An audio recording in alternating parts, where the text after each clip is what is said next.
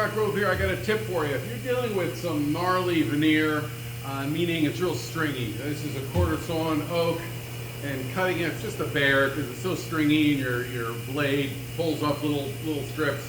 Real pain in the ass. The trick here is you tape it down and give your veneer a very light coat of PVA glue. Can be white, can be yellow. Very thin coat on the back side.